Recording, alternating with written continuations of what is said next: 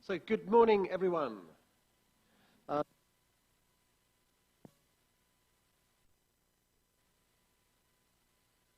university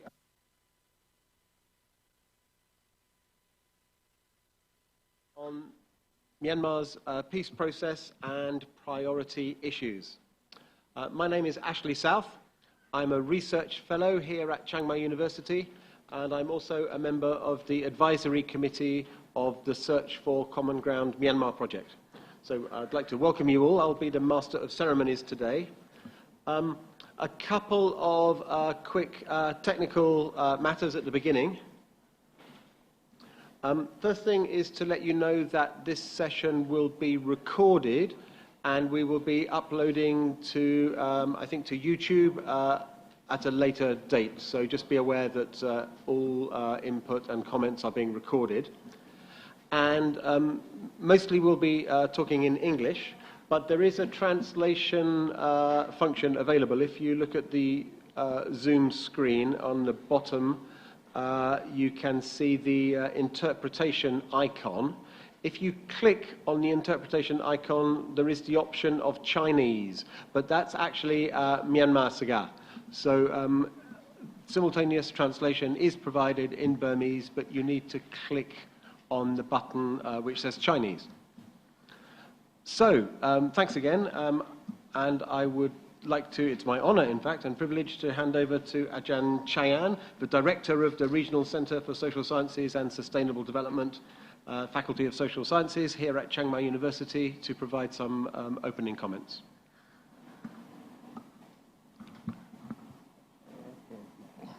Good morning, and welcome all participants and panelists to our open dialogue session on briefing papers on Myanmar's peace process and its priority issues.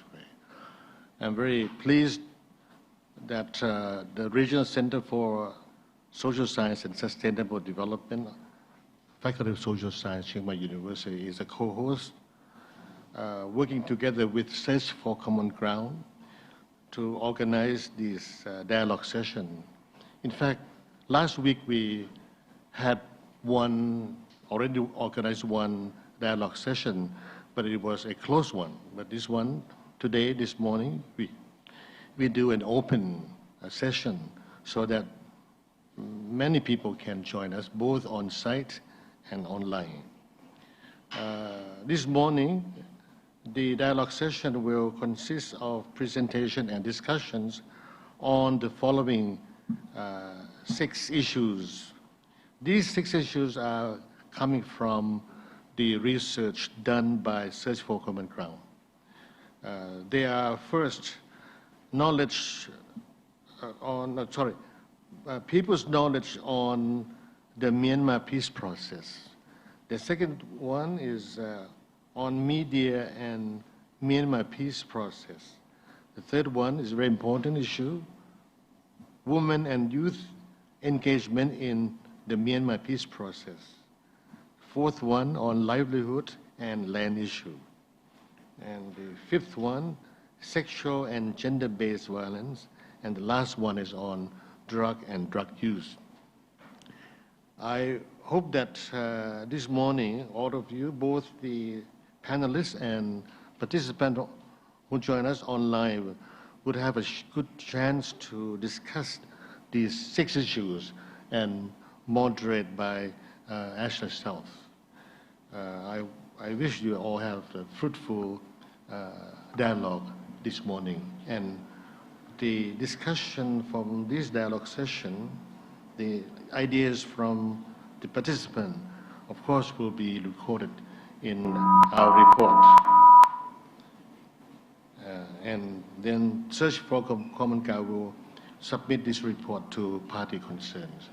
Thank you very much, and I hope that you all enjoy this open dialogue session this morning. Thank you. Khop kun makap. Thank you, Ajahn Chayan. And I'd now like to ask His Excellency Tim Enderlin, the chairman of the Joint Peace Fund, which is the donor to this project, the Search for Common Ground Myanmar project, and the Swiss ambassador to the Republic of the Union of Myanmar. Tim is joining us online, and I'm very happy to hand over to him for further introductory and welcoming comments.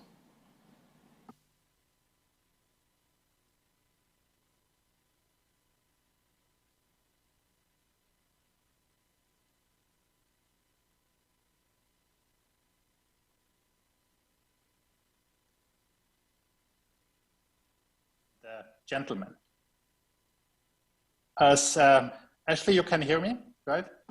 Yes, we can hear you. We cannot see you, but we can hear you. Yeah. Sorry, my video is on. It should work, but I can see me. Yeah, we see you. Okay, very good. Okay, good. Thank you. Yeah, you just had a little bit an irritated look, Ashley. That's why I interrupted my speech. So good to know that you can hear and see me. And once again, good morning. As chair of the Joint Peace Fund, it is a great pleasure for me to be here virtually with all of you this morning. I would like to thank first the Regional Center for Social Science and Sustainable Development at the Chiang Mai University and Search for Common Ground for the invitation to provide opening remarks. I would also like to thank the distinguished panelists who will share their rich knowledge and experiences in the Myanmar peace process. The Joint Peace Fund and me as its current chair is pleased to support this project's main goal, which is to build trust and confidence in the Myanmar peace process through supporting increased dialogue, understanding, and promote inclusivity for broader ownership of the process. With such diverse experiences and lived realities in Myanmar, it is important to include all communities affected by the conflict in the peace process, ensuring it is inclusive and accountable to all. Everyone needs to feel their voice is heard by those involved in the formal negotiations and that their needs and grievances are addressed. That is the only way to achieve sustainable peace in this country. One of the fundamental principles of democratic government is that it requires the consent of the governed. Every peace process offers opportunities not only for ending violence, but also for a vision for how things could be. Therefore, the way these processes are managed matters, and the question of participation is of particular importance. Unless the peace process has an impact on the everyday life of an average citizen, and until people have ownership in the process, any peace agreement or negotiated solution will only remain on paper. The reality of peace is felt on the ground. An agreement must not only be owned by those negotiating it, but also those who will live and feel its effects. Opportunities for the people of Myanmar to discuss their grievances and for officials to address structural causes of conflict can contribute to a more substantive peace negotiation and agreement. This morning, the discussion will focus on people's perceptions and experiences. Perceptions and experiences that were collected from across 7 states and regions in Myanmar, which include interviews and consultations with over 3,500 community members. Discussions will cover, amongst others, and we heard that already before, key issues such as people's knowledge on the Myanmar peace process or women and youth engagement. Also, a critical topic to discuss is livelihoods and land issues, which is the #1 concern across all states and regions engaged. Therefore, we need to ask ourselves, how can economic, livelihood and land issues generate opportunities for trust building towards communities? Ladies and gentlemen, our role at the Joint Peace Fund, a fund consisting of 11 bilateral donors, is to help facilitate Myanmar's approach to its long-standing conflict. The Joint Peace Fund is designed to fund the formal architecture of the peace process, while also supporting an enabling environment for peace through support to civil society organizations and local actors. The solutions will not come from the outside. They can and must come from the inside. The process needs to continue with the support of yourselves, your families, your communities, and the people in this country who may not feel held back by the conflict, but whose livelihoods, well-being, and future are indeed tied to a negotiated political settlement. I believe that peace is achievable as long as people have ownership and the peace process remains inclusive. The Swiss government in particular is dedicated to supporting the peace process as part of its commitment to Myanmar and all of its people. Swiss cooperation extends not only to the Joint Peace Fund, but also bilaterally to specific efforts in support of Myanmar's transitional process. The peace process is organic, being driven by local players and local realities that have been identified in these policy papers. Outsiders cannot tell you about your own culture or how to teach or inform others. Only you can do that. Our experience supporting peace processes around the world helps us understand that no process is designed perfectly, and there needs to be integrity in the process for it to lead to long-lasting and meaningful change. We at the Joint Peace Fund remain committed to supporting a negotiated political settlement to the world's longest running civil conflict. It is what all people in Myanmar deserve, and its reach should be felt by each person in this country, no matter her ethnicity, his religion, or their political party affiliation. As we discuss and honestly debate issues that are important to everyday life of the people of this nation, let us continue to challenge norms and old ideas. This is what helps this country evolve. It is an honor to address you today. Thank you very much, and have a very good panel this morning. Thank you. Thank you, Ashley, as well. Many thanks, Excellency. So the format today is, in a moment, I'm going to hand over to Joseph Mariampila, the Country Director of Search for Common Ground in Myanmar, and Joseph will introduce the project and the briefing papers which we are here to discuss.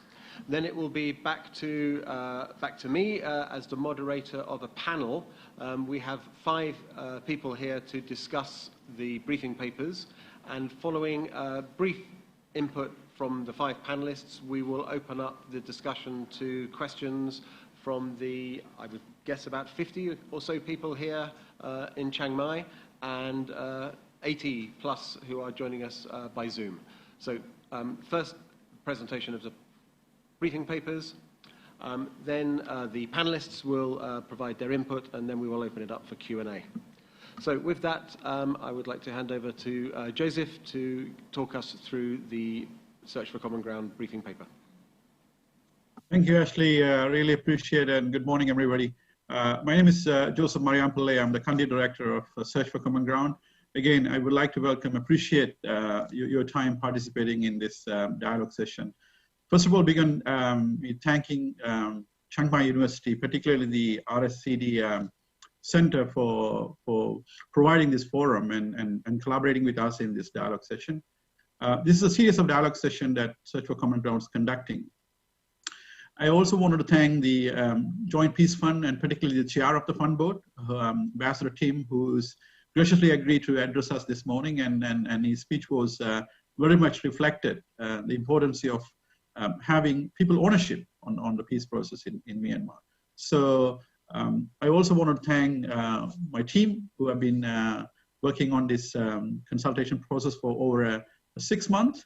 And this process took place between late 2018 up to 2019. So it might be slightly old, but not that old. So, I just wanted to, make some disclosure. I think this, as everybody knows, I mean, no research is perfect.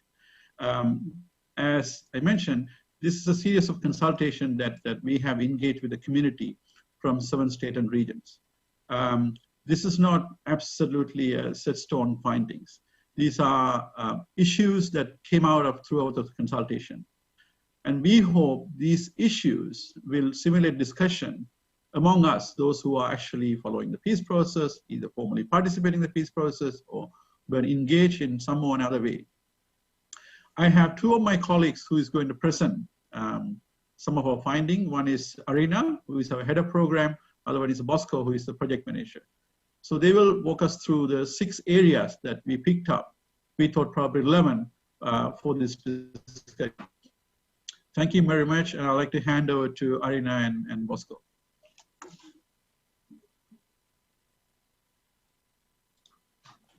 Thank you very much, Joseph.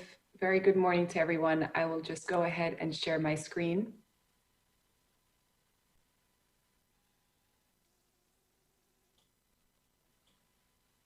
Hopefully everyone should see that by now. So as Joseph mentions, there are 6 key topics that we'll be talking through today. And this is based on research that was done over 6 months in 7 states and regions. As mentioned already as well, that there were over 3,500 people interviewed and consulted. And the aim really is to understand people's perceptions and experiences of Myanmar's peace process. So I'll hand over to Bosco to talk us through to some of the process issues that particularly come up related to the peace process. Bosco, over to you. Thanks, Arina. Yes. Good morning, everyone. This is Bosco from Search for Common Ground. So basically, like before I present kind of the key issues from our findings, like the important things like to understand the scope of the study is like we are not identifying only this kind of issue, especially like these significant findings of this issue, but we have the other issues already coming out, but we just only try to finalize this into the streamline to the 6th issue. What is the significance findings in the 7 targeted area? So the first finding is about the people knowledge on the peace process, Myanmar peace process. So this is basically like it came up from the both because our research conduct in the MIS method, both qualitative and quantitative side. So like the significant things is like the 80%. It was not coming out from only from the survey, but also from the consultation, like kind of the national consultation and verification. So the 80% is not head of the peace process, but only the few differentiate from the political process and the peace process. And the men have more knowledge than the women, and also the urban people have more knowledge than the rural area in the findings. And 80% of the respondent is not participated in the meetings and something like the activity to discuss about the peace process. So like in order to connect with these findings and also relating with some of the dialogue session and then some qualitative analysis in the fact, it's like the definition of the peace process is also like complicated. And for example, like when we are talking about the peace process and then the people perception is quite confused, like what is the meaning of peace process? It's only like a political dialogue or maybe like UBDJC meetings or maybe the national dialogue or peace conference or something. So that's why like it also making the people perception and coming out to this percentage, like around 80% is not very much clear on the peace process. Yeah. And the 60% do not think the issues important to them and community are adequately addressed in the current political dialogue. So for example, like when we are talking about the people knowledge on the peace process and livelihood and land issue, which is the #1 significant in our research finding. But even though like the UN Peace Conference and the thematic UBDJC, the thematic area of environment and land issues is discussing, but seems like the information flow is not going enough in the community level as well. So we found like 60% of the people perception is thinking the issues importance are not discussing in the peace process. And also like the people in conflict affected area has highest level, absolutely like passionately to join the peace process and the interest of peace process. So this is what we found absolutely in most of the area like the Karen Mon and Bago regions. Like people passionately would like to participate in the peace process, and as well as in the Shan state as well. But some of the limitation of having the national dialogue in the ethnic area also make them like people to limit like some kind of participation, and like the respondents also reflect that like they would like to participate, but there's no space to participate for the peace process as well. So, and yeah, these are the key findings of the people knowledge on peace process, but you can elaborate and you can read more in the briefing paper. So we have one reflection question. It's like, this is like, what is the effect of low level of public information, the knowledge and the participation on the peace process, and why and how can the public be more effectively engaged in the peace process? So I will move the other slide. So the second one is the media and the Myanmar peace process. So in terms of the findings, like 60% of the participants, they absolutely, they do not know where to get the right and reliable information on the peace process. So this is also one of the significant findings about the information flow of the current peace process, especially in the ethnic area. So the dynamics absolutely changed, like based on the some of the following findings, like what are the reliable source of the media. For example, like it will be like the Facebook for the people who are living in the urban area, but its dynamics absolutely changed in the rural area. People are only watching the kind of the national TV, MRTV, and the other series as well. And around like 60 or 70% of people do not think like a sufficient transparency of the information, both from the different kind of the media relating on the peace process. And one of the key findings show that like a TV is most widely consumed as the media, and also including for the peace process, and TV personality are more trusted for the people who are in the rural area, especially like some of the remote area of the ethnic side. Yeah. And the media can be, they also believe that the media can be the powerful tool to counter the negative perception and the lack of the information for different kind of, the counter on the issues, not only the issue, but also the political and the peace process as well. So this is not only the key findings of the media and Myanmar peace process. We still have some of the qualitative, discussions like kind of how the ethnic people are, maybe like especially in the NCA area, the people are waiting like to receive most of the reliable information, and they would like to, but connecting with the people knowledge and peace process, they also would like to participate, and they would like to hear more about the peace process from the reliable source, and especially from TV and the other media channel.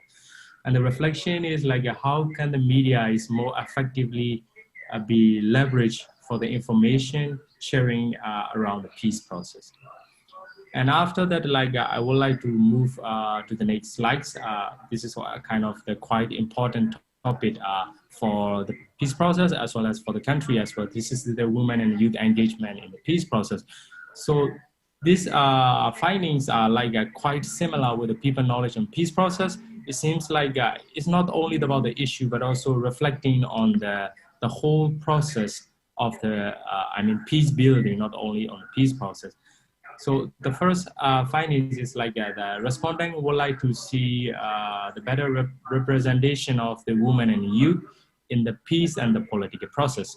So like in order to connect with the findings of the people knowledge and peace process, like 80% cannot access to the peace process, and they cannot, they do not have kind of the access to the peace process as well. So most of the high percentage of these 80% is the young people. So it's like we cannot say like this is only the perception of the young people. It's also including the adult and the youth and the other people also involved. But basically we can say like the high percentage of the people who cannot participate is the women and young people in both rural and urban area. And the women and youth are not often included and consulted in the peace process activity, including the Union Peace Conference, and the national dialogue, and the other formal and informal peace building and peace process. And 0.8% to 4.2% of the women claim to process is excellent or above average, and the knowledge about the peace process. So this is very much, I mean, significant for us, like to see like because the findings of the percentage is very low, and also seems like it's also the claiming.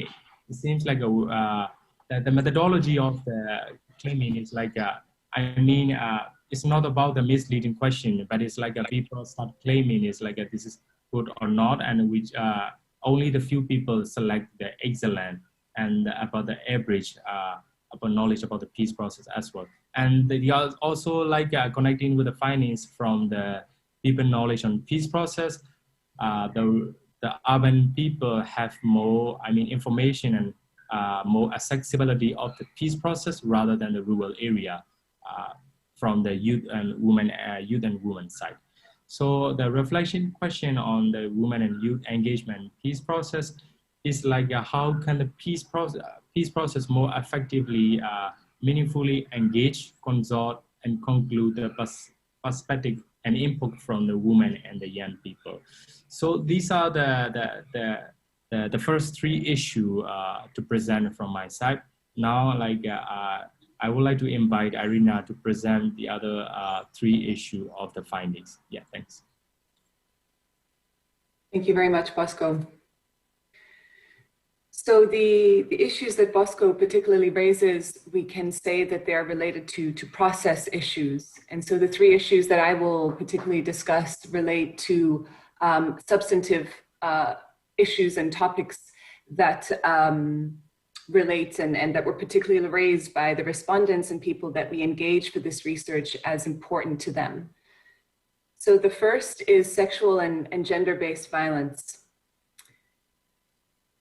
And around 80% of the participants that we engaged with for the research felt that it was very important to address sexual and gender-based violence by armed actors in the peace process. And they did not necessarily see this as being addressed currently in the peace process. A second significant finding is that a large majority of both women and men, so across all participants, didn't consider that women were sufficiently protected from sexual and gender-based violence by legal safeguards, so different laws or institutions that exist in the states and regions that provide protection for women against these critical issues. And a third key concerning finding that particularly comes up from the research is the connection and the perception of the connection between sexual and gender-based violence and drug use. And in the next slide, I'll share some of the findings, particularly around drugs and drug trafficking. But there's a real concerning finding that drug users or the proliferance of drugs are connected to sexual and gender-based violence. So a key reflection question on this finding is how can the challenge of sexual and gender-based violence be adequately addressed in the peace process? So in related to this, when we talk about drugs and drug use, this comes up across the different states and regions, whereby between 62 to 91%, depending on the location, the respondents agreed that issues related to drugs, so either drug protection, trading, or consumption are a problem in their township. So pretty large numbers of people really saw this as a key priority issue and a key problem that is prevailing in their townships. The drug epidemic was particularly seen as affecting young men. And again, this is related to the perception and the concern or the connection of sexual and gender-based violence to drug use, as pertaining, again, affecting particularly young men. And particularly related to the cause of drug use, there was strong perceptions that this was linked to livelihood shortages and high unemployment. And again, something that, again, affects young men, but also young women. And when the discussion came up around where or how this drug use relates to the ongoing peace process or armed conflict across the states and regions, the really significant trend comes out of the connection of drugs, of low-cost drugs, to the ongoing armed conflict. And really that there are strong powers at play. So some of the collaboration between drug traffickers or authorities, this is really a concern among communities, and they see this as interconnected to their daily life and the peace process as well. So then a key question is, how can this interconnected issue of drug use, drug trafficking be addressed not only in the long term within the peace process, but also in the immediate and medium term in ongoing discussions? And then a third key issue that arises from the research is around livelihoods and land issues. So livelihood and economic security comes out as the number one concern across the respondents that we engage with across all the states and regions. So it is the key issue that people see that needs to be addressed within their townships and their states and regions. There was a sense that livelihoods had improved since the NCA was signed. So of those that had heard of the peace process or understood around the NCA or the ceasefire, around half of the respondents felt or saw an improvement in their livelihood situation since the NCA was signed. Still 93%, so a large majority, a significant majority, see livelihoods as critical to be addressed in the peace process. Regardless of the fact that there is some improvement since the NCA was signed, still a third of respondents have had their livelihoods affected by violent conflict and the armed clashes in their lifetime.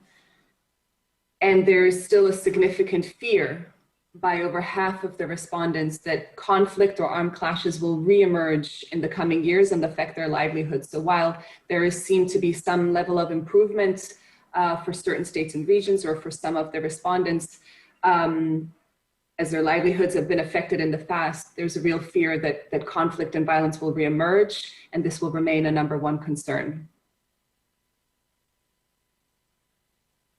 And of course, land issues come up as a key issue and a key interrelated issue in this regard, particularly around land grabbing and the challenge of land grabbing and ownership of land. And that is perceived again as a major threat to people's livelihoods and how that can be sustained, particularly if violent clashes and the armed conflict ensues in the coming years. So this is what comes up particularly from the respondents across the different states and regions. And so reflection question then is, so how can some of the economic livelihood and land issues generate opportunities for trust building towards communities? And we use the word trust building here because this comes up in some of the qualitative consultations that we have, that issues of land and livelihood affect people's trust and perceptions of the peace process and what the peace process is able to address. So there's a real opportunity here potentially for some trust building towards communities. So we have a summary here of the questions to facilitate some of the discussions that will now come next. And I'm happy to leave this up and Ashley, hand over back to you and just let me know if you prefer to take down the questions at any time. Thank you very much. Thank you, Irina, and Saul, Bosco, and Joseph. That's great. Just to remind everyone that the report is available. If you look at the invitation to this event, you can download the report. It's available in English and Burmese languages. So we will move next to the panel discussion, and following that, open up to Q&A. We have 5 panelists today, and it's my pleasure first to introduce Ajahn Kunsai Jayen, advisor to the PPST and also advisor of the Pirongsu Institute. Many people will know Ajahn Kunsai, so no need for further introduction, I think, and very interested to know Sai Kunsai's reflections on this research. Oh, good morning. I'm pleased to be here and very much honored. I have been here for quite a long time, I think, at least for 2-3 years. And as Ajahn Ashley had just introduced, I'm an advisor to many organizations. One is the Shan State Army of Zhao Yotze. The other is the advisor to the NCA signatories group, which is called Peace Process Steering Committee, Steering Team, or PPST. Probably they think that old age comes with wisdom. But sometimes, as Oscar Wilde said, old age comes alone. We will see whether I have a company or I just come alone in the next few minutes. Of course, there are a lot of problems surrounding the peace process that is ongoing in Burma.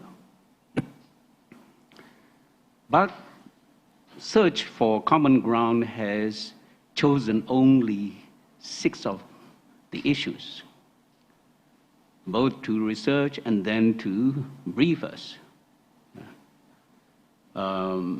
Naturally, we panelists are not allowed to say anything outside these topics. And any questions asked outside these 6 topics may be answered or not answered. And I hope you will understand about this. So here we go. The first topic is about people's knowledge on the peace process.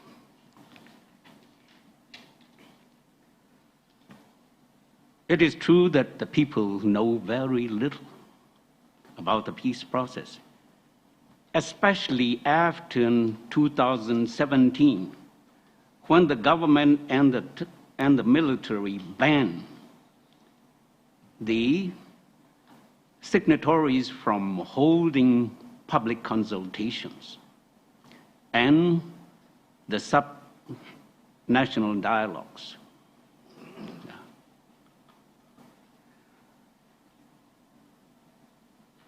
Now we will need more than just public consultations and subnational dialogues.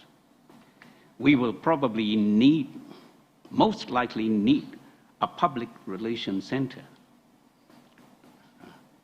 Just like the military has its TNT. TNT is not an explosive. It's short for True News Information Team, set up by the military,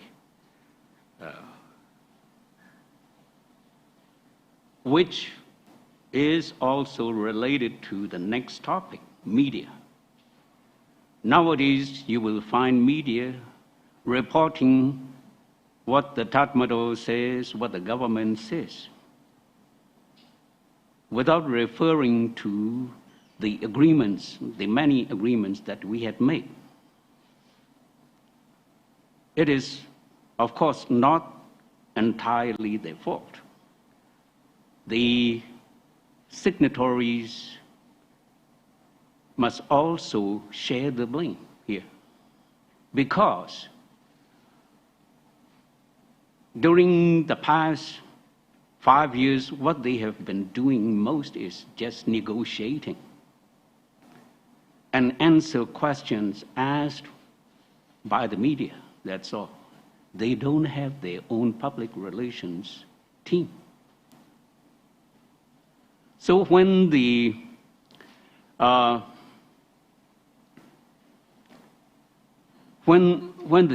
TNT reported that the SSA had been operating out of its headquarters in violation of the treaty that was signed in 2012,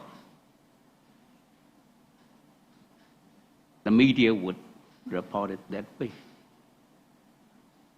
but not referring to the actual text. The actual text would say that the headquarters areas and the two sub-townships will be their central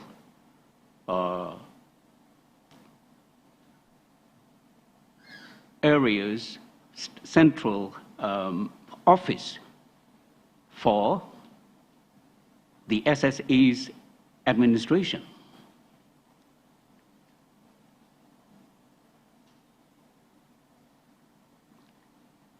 It is because this kind of problems have come up because the signatories don't have their own public relations body. We need to help them.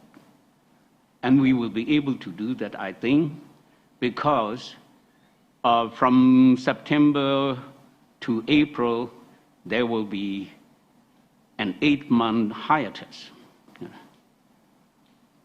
There will be the elections, and then later on calling the new parliament, and then election of the new president and his cabinet, and so on, which will take about 8 months.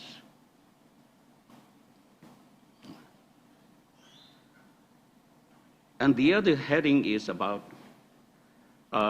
women and youth engagement in the peace process. When we talk about women, I always remember what Margaret Thatcher, the late Margaret Thatcher, has said. If you want something said, ask a man. If you want something done, ask a woman, which is very true, at least in my village. Whenever men want to hold a social gathering, they have to first call a meeting with the women in the village. Because while the men do the talking in the social gathering, the cooking, the feeding, the entertainment, and everything will come from the women.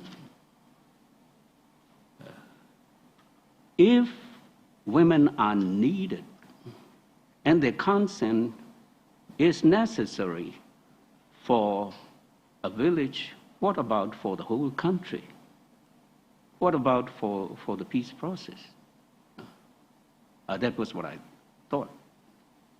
And as for youth, they are the future of our country. The peace process will not just end with the old generation. The existence of the country will not end with the old generation.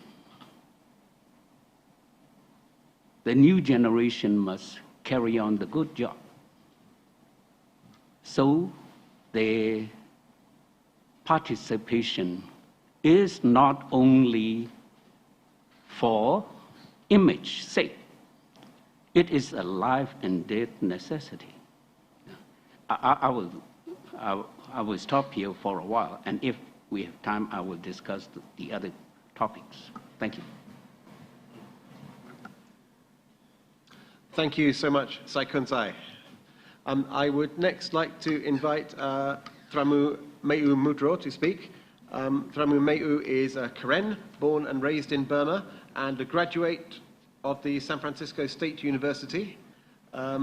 She continued her graduate studies in public international law at Indiana University School of Law in Bloomington, and she was selected for a Snyder International Law Research Scholar Award at the Lauterpatch Research Centre for International Law at the University of Cambridge in the UK. In 2005, Thramu Meu began her doctoral study in constitutional law and federalism at Indiana University Mauer School of Law. Thramume'u is a senior policy advisor with the Salween Institute for Public Policy and is also an advisor to the Karen National Union in the peace process. So over to you, Thramume'u. Thank you, Thra.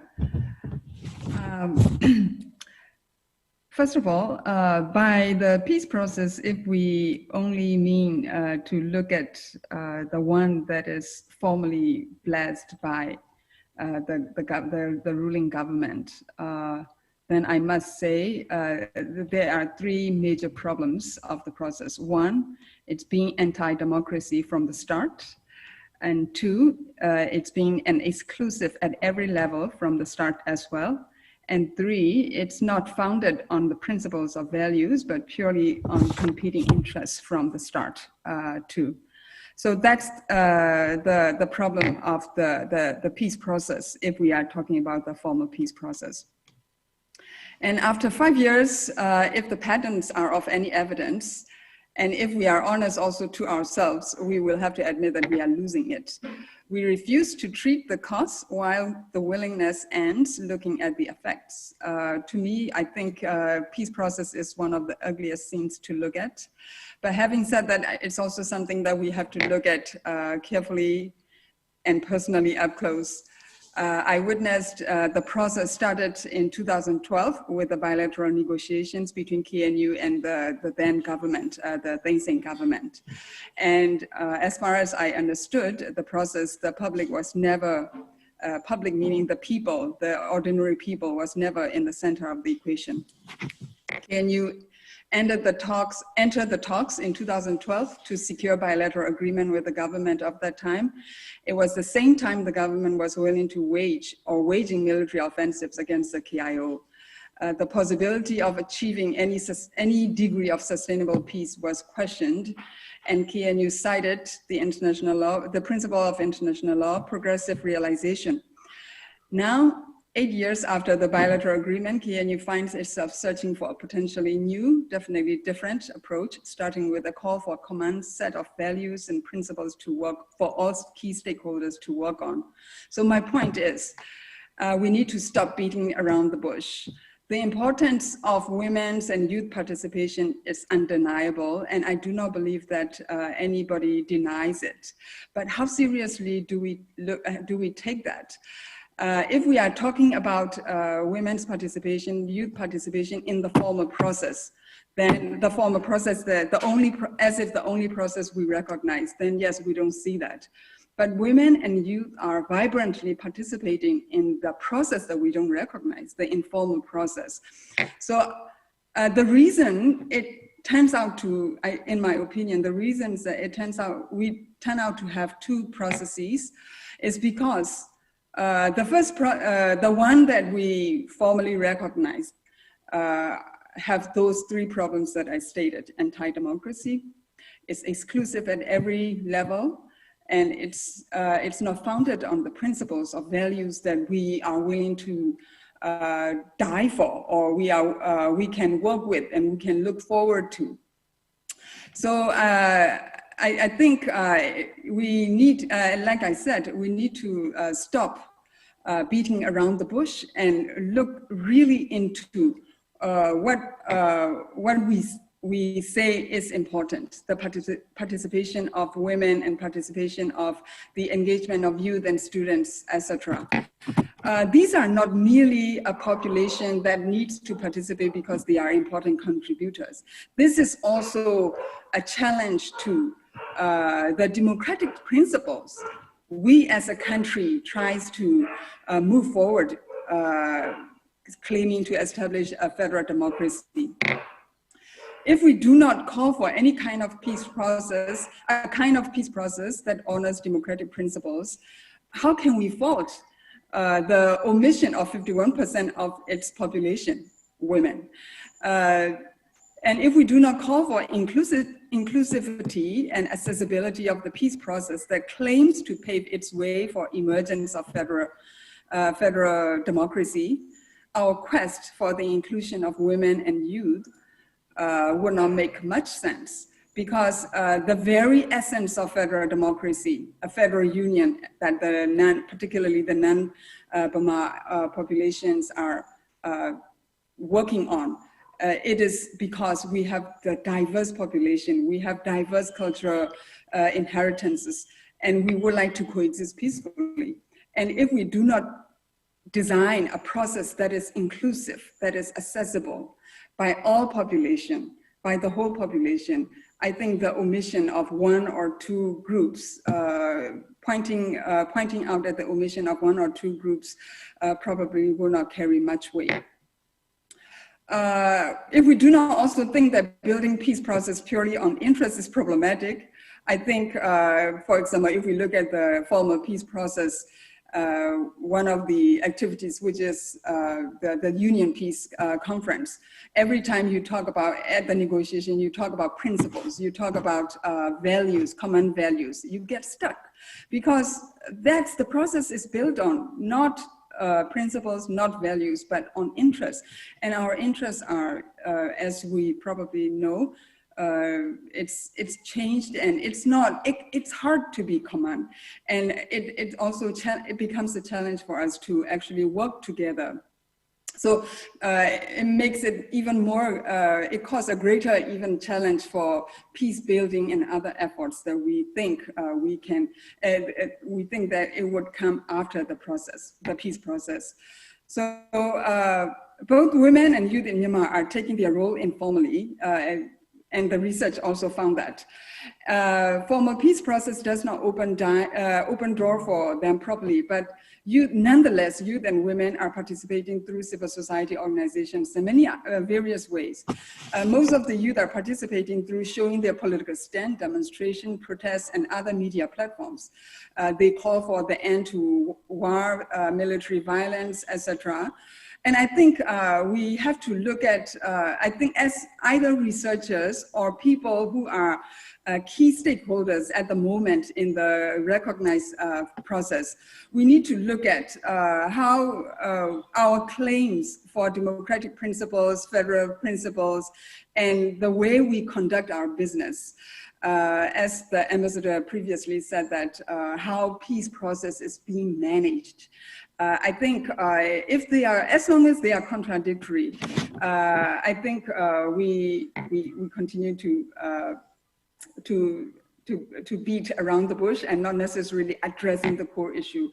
And as a woman myself, it's important for me to be able to participate. But it's not just as a woman, but this is for everyone who upholds the democratic principles, democratic values. This is for everyone who is committed to building a federal union for peaceful coexistence.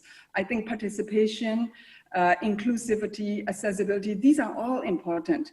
But nothing of these importance would happen if we disregard the democratic principles in the absence of democratic principles in the process. So this is my comment. I think if we just look at women's participation as a piece in the peace process, just as a part of the peace process, probably we don't run short of that. Women participate, youth participate, students participate, taking big risks. But if we look at it as a bigger problem, which is not democratic, which is not inclusive, which is not accessible, then we probably find ourselves wanting to question further, perhaps, the current process, the only process that we recognized. And perhaps we might want to recognize the other process that we have been failing to recognize. Thank you. Da Bludamalo, Framu Meu. I would like to invite the next speaker, Saya Minzin. Saya Minzin was a former student activist who took part in the 1988 democracy movement in Myanmar. He is a founding member and executive director of the Institute for Strategy and Policy in Myanmar. This is an independent, non-partisan, non-government think tank. Saya Minzin is a PhD candidate in the Department of Political Science at the University of California in Berkeley. So thank you, Minzin. Thank you, Ashley. I think like in terms of the media issue, we should also like pay attention to broader issues, which is like the role of state in the media development in Myanmar. The Myanmar state was very repressive, authoritarian, until the military decided to open up the country in 2010. So since 2010, especially 2012, the Myanmar military backed the civilian, like pseudo-civilian government, Wu Taint administration, undertook series of reform, liberalization reform. One of the key reform was the media reform. So they relax their control over the media, basically by removing censorship and all these things. But still, a lot of authoritarian, repressive law, especially that criminalize the media practitioner and then the consumer are still stay intact. Unfortunately, some of these laws, especially the defamation law and the telecommunication law, are being effectively used by the current administration led by the Aung San Suu Kyi, who used to be known as a democracy icon around the world. But under her administration, according to several reports, at least 1,000, in past 4 years, at least 1,051 people were charged and taken action for their exercise of freedom of speech. So it seemed like no wonder Freedom House and other international organizations rank Myanmar as a either partly free or not free country, and then by pointing out violation of civil and political rights, then freedom of speech is freedom of expression is one of the key indicators to make this a bad ranking. And another issue is not only in terms of the repressive law that criminalize the practitioner, but also it's important to look into the mechanism. Interestingly, the Aung San Suu Kyi-led government used about $460 million worth, they call it SMMT, social media monitoring team, basically to monitor in Myanmar. I think in social media, especially Facebook, is very, very influential. So they're monitoring Facebook and to take down, together with the Facebook consent, the cooperation, take down any Facebook posts, especially that try to explain the opposition voices, dissident voices, especially that reflect ethnic minority voices. You can see in the Rakhine Oregon state how the state shut down internet for more than a year and also block access to information. And then another key issue is the state used the block the access to the conflict region, so that the independent reporting cannot be available inside Myanmar. So that's another key issues. I think not only law but also mechanism. And here, what we can see is accountability problem. Since the government, the state, especially the populist leader, are creating a particular information ecology that make some political issue, especially something that critical of peace process, something that are sympathetic or trying to even explain what's going on with the Rohingya crisis, such as, this type of thing in Myanmar seem to be taboo. So this information ecology, which favors mostly the state and the majority Burman Buddhist population, seem to be quite well in place in Burma, in Myanmar right now. This is something that remind us of what happened in 1962. In 1962, the military took over power and they made the idea of federalism, the idea of ethnic equality, the idea of the self-determination as something that's a tantamount to secessionism. like breakdown of the union, the dissolution of the, like the union. So that's a really bad thing. When you start talking about federalism, it's all about you are trying to break the union apart. So that information ecology persisted for many years. Now we had back to this, right? We need equality, we need federalism, right? But because of that information taboo and ecology, we suffer a lot from the conflict. Again, together with the Rohingya crisis in 2017, now like in Burma, in Myanmar, when you read the Myanmar newspaper or TV or even internet, when you start talking about something that proper debate, proper discussion, conversation about Rohingya, you are being labeled as a pro the OIC countries, pro Western countries, all these you can't have a healthy, rational, informed discussion about this particular issue. So I mean, the information ecology with regard to peace processes are also quite interesting. For example, since 2015, especially the Myanmar peace process is more and more vulnerable to the geopolitical influence, especially in this regard, I mean China. So China has been more and more assertive role, playing assertive role in the Myanmar peace process. But when we as a public intellectual or think tank or research group try to discuss this issue, try to put this issue even in the upcoming election agenda, people say, no, don't talk about it. You're trying to undermine the Dawn San Suu Kyi. You're trying to undermine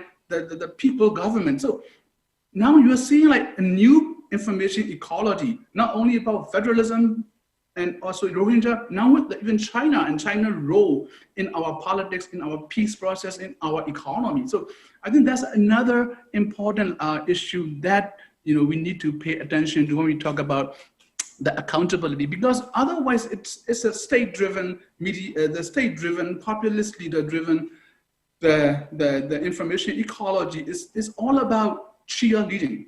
Let me give you a very interesting anecdote. In August this year, there was a 21st Century Pyongyang conference taking place in the Naypyidaw. Usually they have a very grandiose opening ceremonies. One of the key elements of the opening ceremony is usually the musical performance. So mostly the ethnic minorities, musicians, compose song, and very, very touching and moving songs. But at the last event, the song was censored and eventually banned not to play. Why? The reason is, in the song, the video recording song, you have the images of the ethnic armed groups shooting the Tamador, and also the people are wearing like black outfit, which is not really good, the sign for the country. So this type of the censorship, as far as we know, did not come from the military. It came from the civilian government. So you see, if you are not cheerleaders, if you're not fit in the information ecology, you are being marginalized. Especially, it's really hurting ethnic minority voices. So this is the most important thing. And then, of course, I'm not emphasizing only state-society relation. Of course, we have all intercommunal problem. I mean, we need to pay attention to this, but this is a different story. But I want to make a note. I think also not only state-society, but also society relation need to be addressed too. And then the last point is not only sources of information and access to information, but also in terms of how to frame the information. The framing of the message is also important. When you look at the many opinion surveys done by the IRI, PACE, Asia Barometer, even the JPF, Joint Peace Fund, you could see one thing: the respondents, when they are asked about why this country is on the wrong direction, only less than 10% they attribute this country is on the wrong direction because there was no peace. There was an increasing conflict. So there's the lack of understanding about the structural structural linkage between direct and visible cause of conflict and the indirect and long-term invisible cost of conflict. That's what the media and the leadership fail to make a case.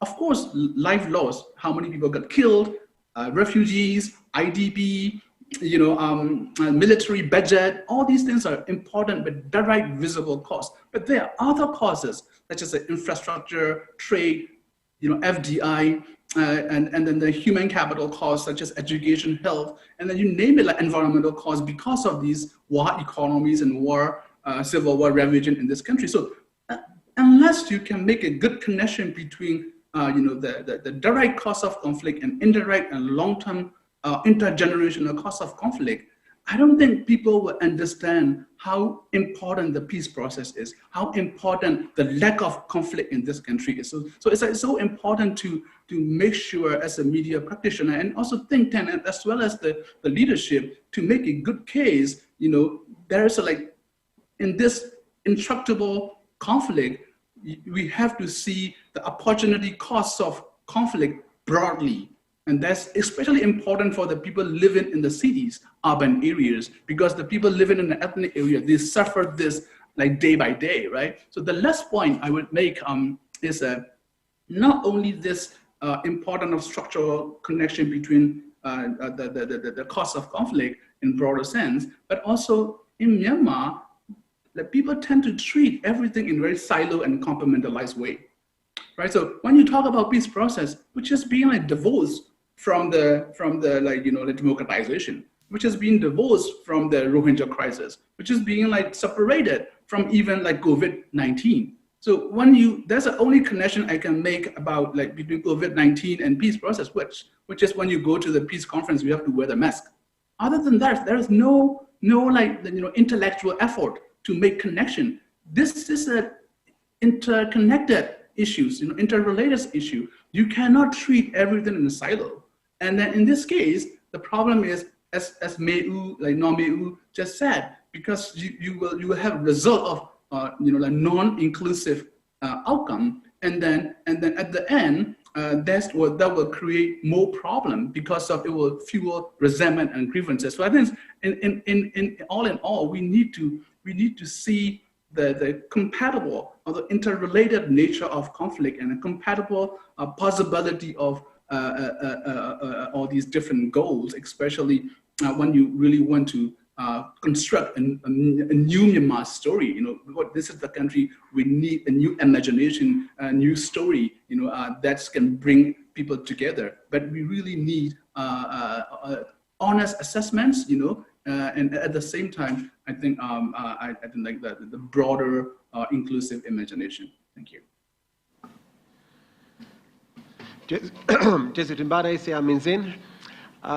So the next panelist, I would like to introduce Mi Kunchanon, who is the Vice Chair of the Mon Women's Organization and the Director of the Women's Empowerment and Community Development Program of the MWO.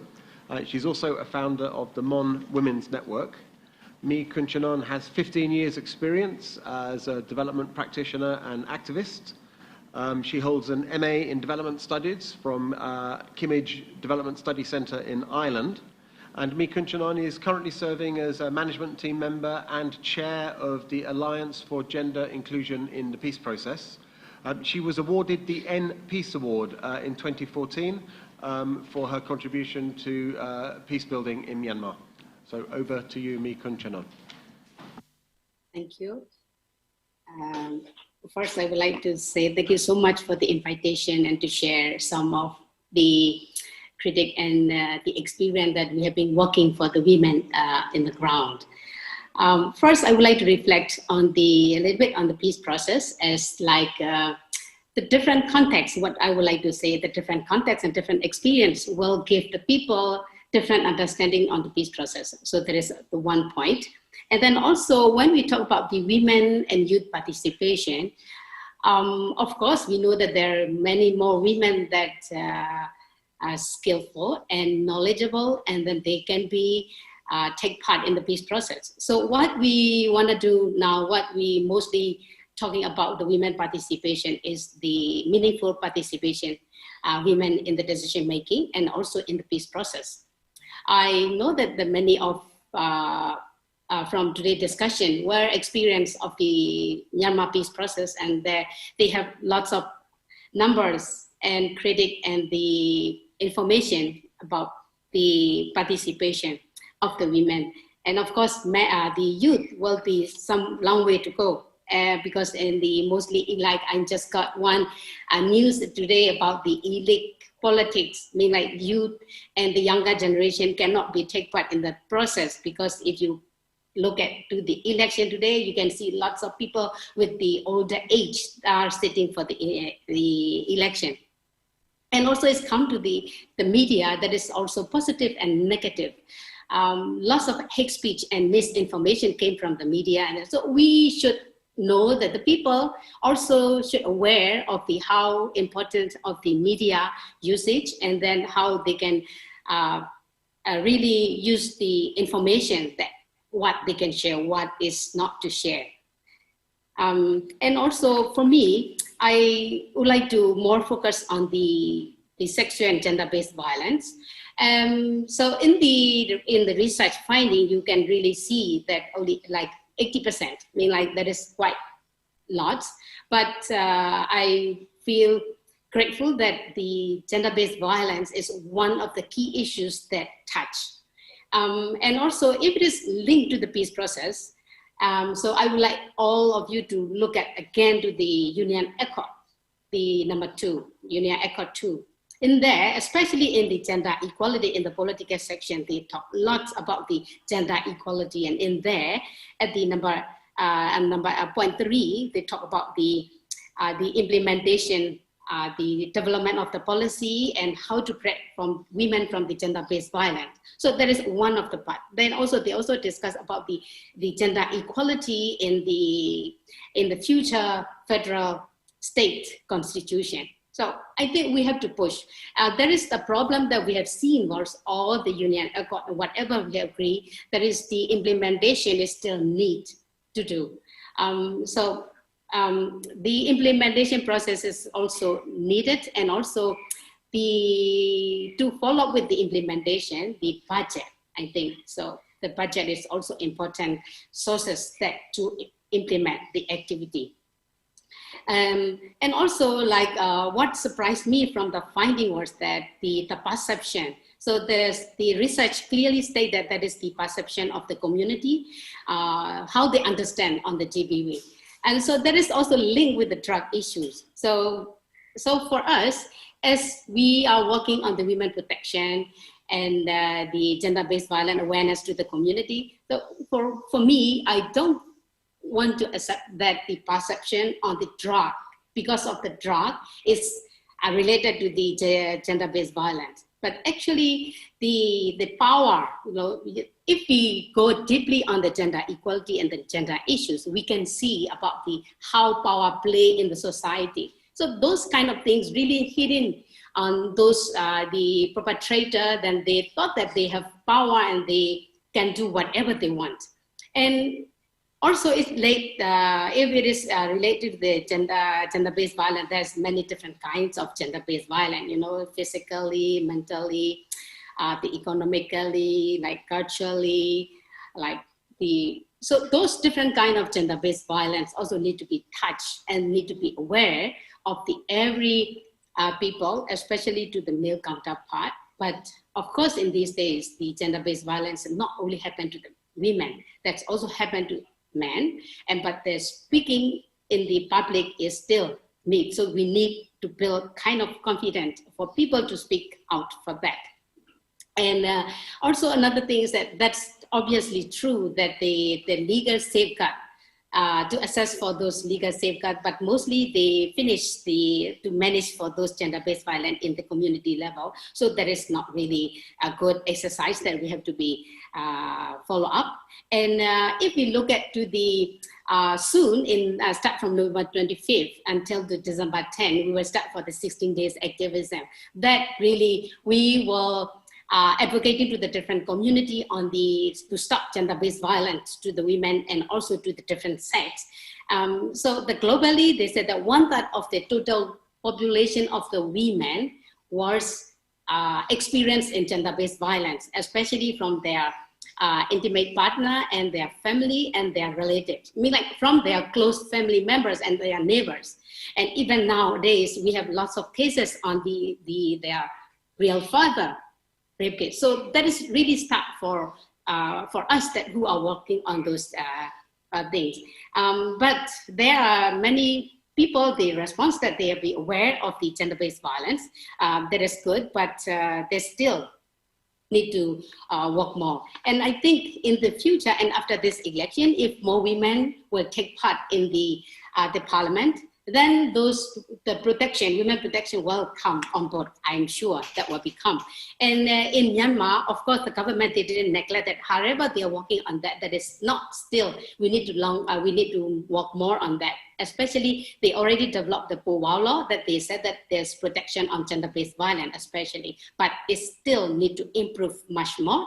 And also the government of Myanmar working with the ASEAN, they call that ASEAN RPA EVAL, because the ASEAN Regional Plan for Action on the Elimination of the Violence Against Women.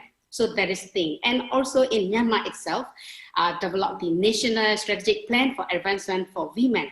That said that 2013 and 2022, soon 2022 will come, but the implementation is not yet started, but still on the discussion process. But in that one, there's based on the Beijing Platform for Action. And one of the points that they stay on the NESPO was the violence against women. And so there is research, survey, awareness raising, and implementation. So those are in the plan. And also the importance of the budget to implement, as I mentioned earlier. And another thing is that in the Myanmar National Committee for Women, they also have the 4 thematic. They said that like the women, peace and security, and violence against women participation, and then also gender mainstreaming. So those kind of things, lots of things already set up, but it is not yet take place for the implementation. I think there is also gap between the different stakeholders and different sectors and different departments to work on the case, as many like Kumezen also he expressed about the interconnected and the collaboration and the network. That's also case where if it is come deeper to the gender-based violence for the management on that, we can see like those kind of things. And that's why I just would like to refer again that for the implementation process is really important. However, we have the policy take place. If we didn't have the proper implementation process and budget to do for that, those problems will continue. And we, as I mentioned earlier, I hope that in the future, after the 2020 election, more women will sit in the parliament, and then they will discuss more on the women protection, and then also to get those policy take place, and also they can push on the implementation process. But of course, we have to work together with the civil society and the women's organization, together with the government, the stakeholders, as well as in the EAOs in some of the ethnic control area. I think I would like to share my perspective from that, and thank you so much. Dangun Mikunchanan. So, thank you. I will keep my own comments quite brief because we have only about 40 minutes remaining, and I hope that we can have a good discussion from people here in Chiang Mai and the many people joining us on Zoom. I think the report, please do download it and have a look. It's a very important initiative because I think this project from Search for Common Ground addresses a really important issue. I think we can say a gap in the peace process, which several of the other panelists have talked about already. And that is the lack of connection which sometimes exists, or maybe we can say different perspectives between the perceptions and understandings of the peace process among those directly involved on the government side, on the EAO side, and then the perspectives of other citizens, including civil society actors in Myanmar. And sometimes the understandings and perspectives are a bit different, and I think it's very important to have an event like this where we can begin to explore where there is perhaps a need for greater communication and for some of the issues which are of real concern to communities and civil society actors. This is an opportunity to present some of these concerns to those directly involved in the peace process. And as Joseph mentioned in his introductory comments, that we had a closed session last week where CSO leaders and EAO leaders were able to begin that discussion about some of the gaps and overlaps, as well as the complementarity between different stakeholders' understandings and perspectives. I'll keep my own comments really brief, and I would like to use the issue of drugs as covered in this report, maybe to illustrate what I'm talking about. There's a perception reported in the report that there has been an increase in drug use and drug trafficking since the ceasefires. And from my own research, particularly in Karen and Mon areas, it seems that many people in Myanmar see this trend in the last 8 years of particularly yaba use in southeast Myanmar as having grown very considerably since the ceasefires. And there's a general perception, I think, among many that this is partly due to ethnic armed organizations' involvement in the drugs trade. And those of us who work on the peace process, and I'm sure many people in the room and on Zoom will know that particularly for NCA signatory groups in the southeast, I'm talking about Karen and Mon areas here because that's where I did my research. It's really important to distinguish between different ethnic armed organizations, and some, I think, have very strong anti-drugs policies and quite credible anti-drugs policies. But this is not well understood by the broader public, and I think it's an example of where public perceptions of drugs issues in the peace process are not necessarily the same as the experience and perceptions of the EAOs involved in the NCA.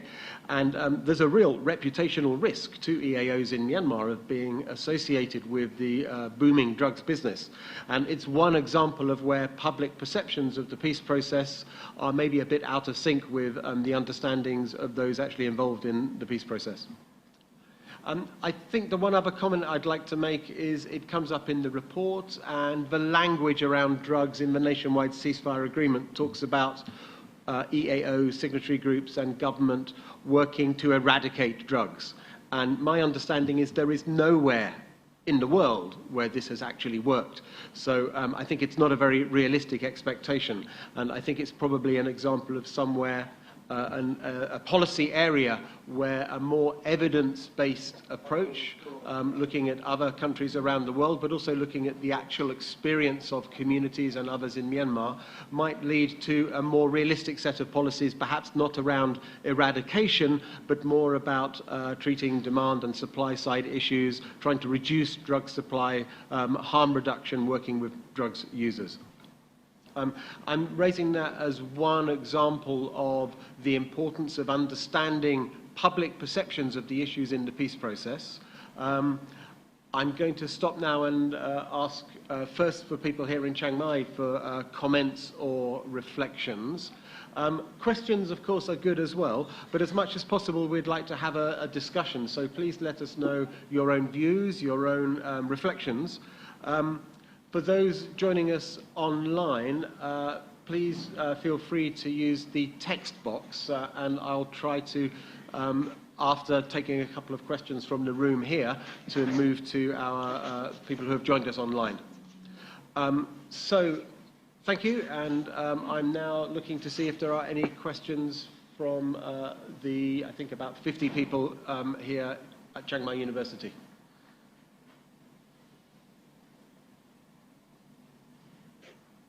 Christine, please kick us off. Is Na Mei still online? Can you? Yes, I am. Oh, good. Thank you for being here today. I have a question for you. Your views on mandating participation of women and youth in the peace process. We've talked for 10 years about how women and youth need to be in the process, that the process is stronger if women and youth are involved. But we continue to not involve women and youth in the formal process. What are your thoughts on mandating this participation? Thank you, Christine. I think when we allow the undemocratic approach to any issue, then the undemocratic approach to the women's participation, the issue of women's participation, youth participation that gets weakened by that because we allow the undemocratic approach fundamentally. And I think for women's and youth participation, the importance of women and youth participation, the understanding is in the room. The understanding is almost overwhelming. But we continue to, those of us who have one kind or the other role to play in the formal process. We disregard the absence of women. We disregard the flawed structure. If, for example, if the KNU or any of the EAOs are to bring women's negotiators to the room, they will have to start with their own organizational structure. The only structure probably that is ready to bring in women and not bringing any woman to the negotiation is the government, the state structure. So I think we allow that. We are okay with that. So when we are okay with that, in the middle of somewhere we demand women's participation, youth participation, I think we weaken our own argument that the participation of women and youth are important because we did not question the flawed structure. We did not question the untouched structures that is flawed, that effectively prohibit women to participate. So I think, and theoretically, and the groups in the formal process agreed at least 30% women to be a part of the process at every level. The original demand is to be at every level, every decision-making level, and they theoretically agreed. And if you look at the organizations, each organization, none makes effort to correct their own structure so that this 30% agreement will come to the realization. So I think we will have to challenge the players, the key players, to move from the rhetoric to the practice.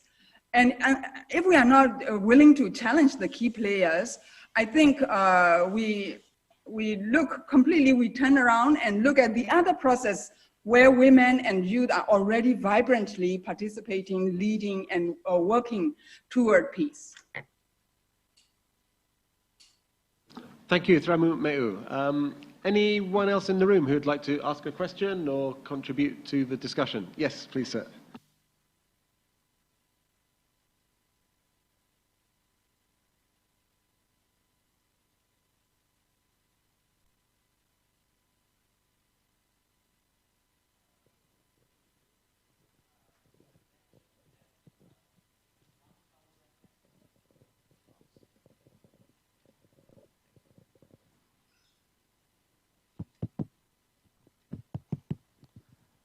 Thank you very much. I would like to ask Minzin. You have mentioned that about the media in Myanmar. So in Myanmar, so 1,051 people has been charged because of the freedom of the speech movement. So I have a question that I have also experienced this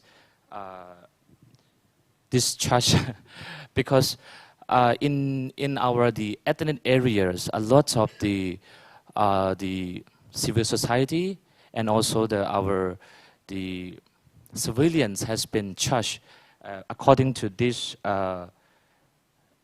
acts, especially they call the Unlawful Assembly Acts. This is like whatever we do protest or movement, and also what kinds of the demonstrations, peaceful movement, so whatever we do.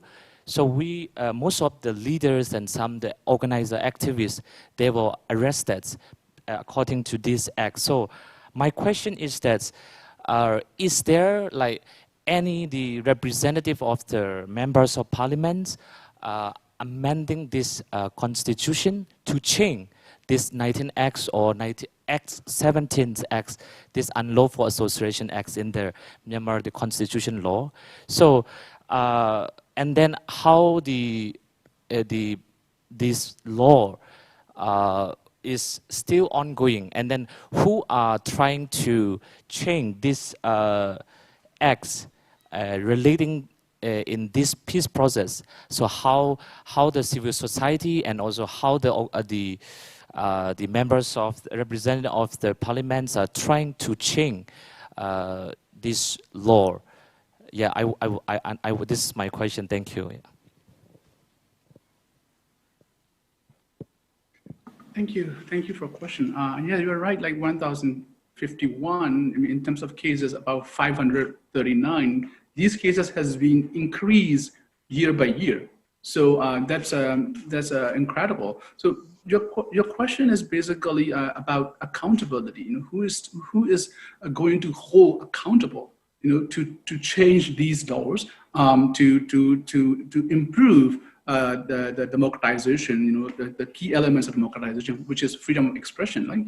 So when we talk about accountability, you're right. We have like different types of accountability. Like ones are basically the horizontal accountability. That's why you mentioned like the parliament, you know, need to put constraint, put the check and balance on the executive, right, and the judiciary.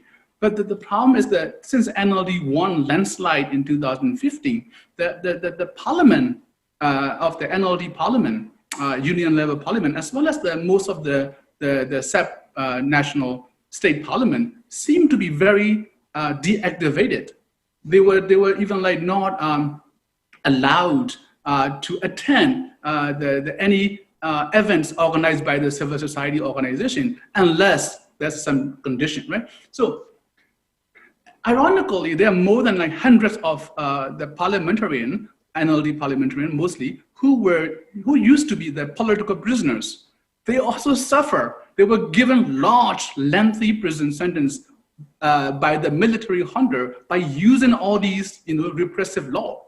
But ironically, these guys even could not take any initiative to push back, to amend all these repressive laws. That's a one key indicator how horizontal accountability does not function properly in this transition country. Second part is more vertical accountability, right? This is how we as a think tank group, civil society, media, we try to push back. Then in this case, the administration used all these repressive law to punish us again. Then we cannot have any other, I mean, when you look at the Human Rights Commission, yeah, they have it in the paper, but never been activated. So that's like two key mechanism. One is horizontal accountability mechanism, which are being deactivated by the populist leader. And the second thing is vertical accountability mechanism, which it's very difficult because of this information ecology and all these repressive laws. So that's why I think the external accountability, which means the international community, international standard, that's why we have all these chaotic international politics these days, but at least, those who value human rights, democracy, such as, Amnesty International, Human Rights Watch, Freedom House, CPJ, all these international groups play a significant role to put pressure on the Myanmar regime. Look, what you are doing is totally contradictory to the democracy and democratization process. It doesn't mean I'm ignoring the 2008 constitution we all do not like.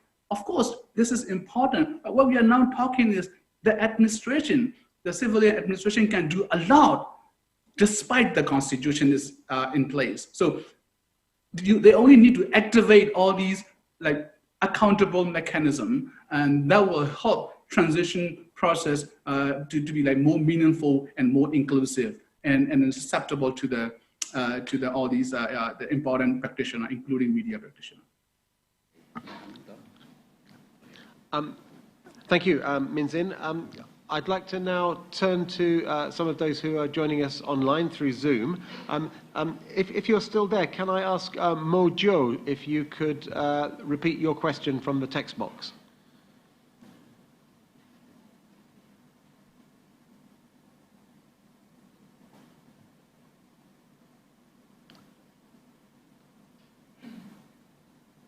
Maybe while we're waiting for Mojo, I could ask Duncan MacArthur if you could repeat your interesting question about drugs. Thanks, Ashley, and thank you everyone for your comments, your inputs. Actually, mine's more of a comment than a question on drugs. So I think it's just important to note that, you know, while we talk about inclusion as an important and how as Normiel said, you know, the peace process has been based on an exclusive process. But interesting that one of the groups that have been excluded from the process are the militia groups, you know, whether that's ethnic militias or border guard forces, the assumption being that they're under the command of the Tatmadaw, of the Burma army. And yet when we look at drug trafficking and the major channels of drug trafficking, a lot of that source is from areas administered by militia groups or by border guard forces.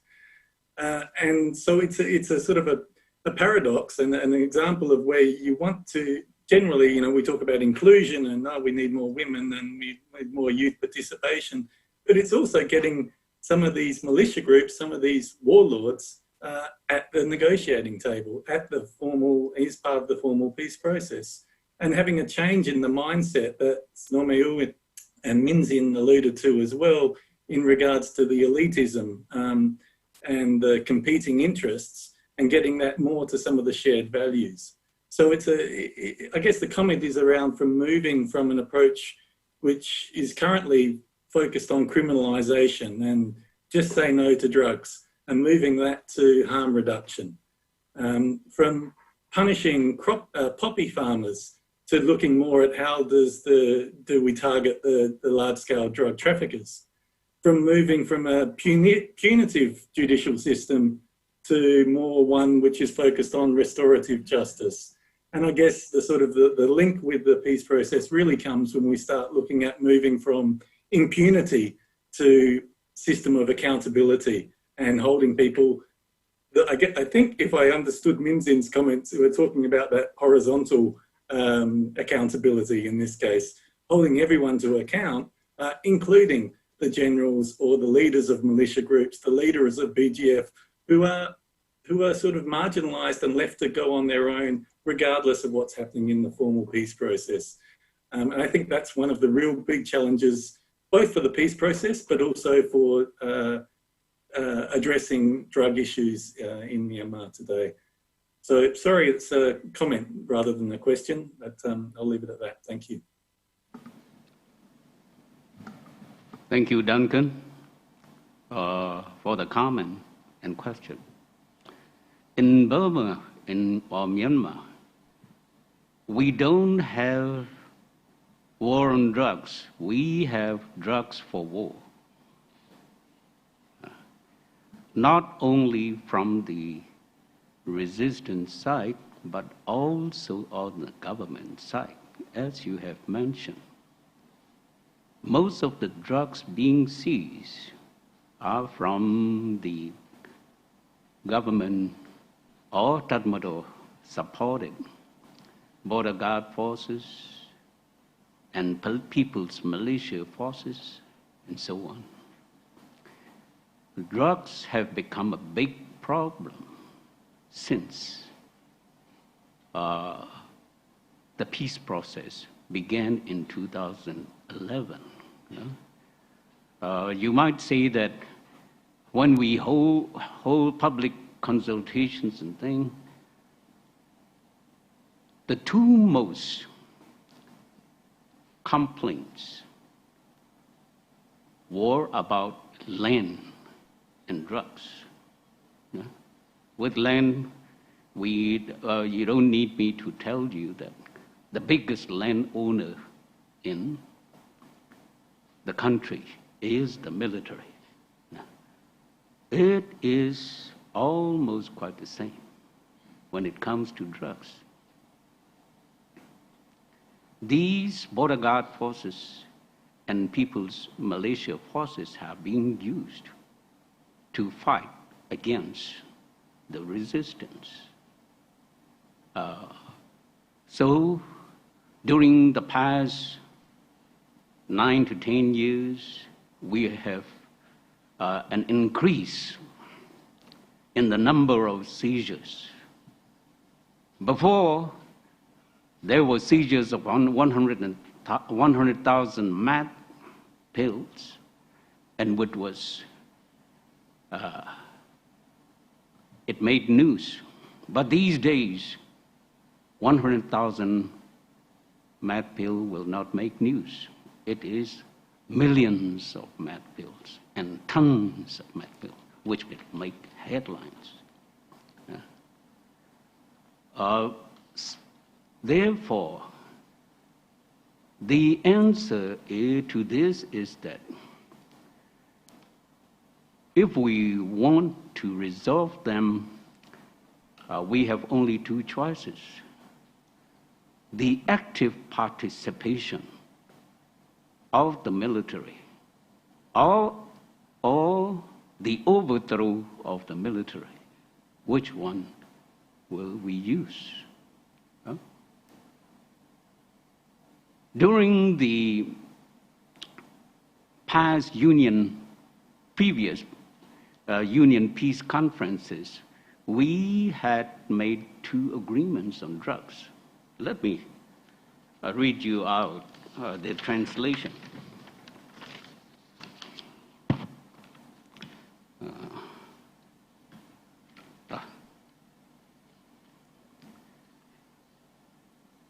In 2016, we had Union Accord Part 1.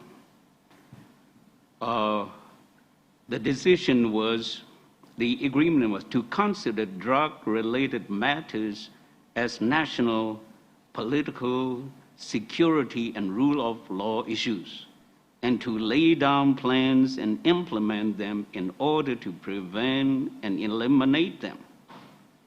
But it doesn't say who should lay down plans and implement them. No? That is one problem. In Union Accord Part 2, that was in 2017, to lay down and implement effective policies for harm reduction, treatment, and rehabilitation. Again, who? Just the government and the Tatmadaw? We don't have answers for that. Yeah. It means that we still don't have any answer to resolve the problem. Of course, Mr. Ban Ki-moon, the former UN Secretary General, had made a suggestion in 2013 that member states should conduct a wide-ranging and open debate that considers all options. What we can do in our country are at least 2 options right now. One is a gathering of those who know. That guarantees temporary immunity and protection for participants. Or perhaps online seminar inviting every EAO, BG, border guard force, people's militia forces, and those from the military sector and CSOs, together with the Tatmadaw, to participate. Yeah?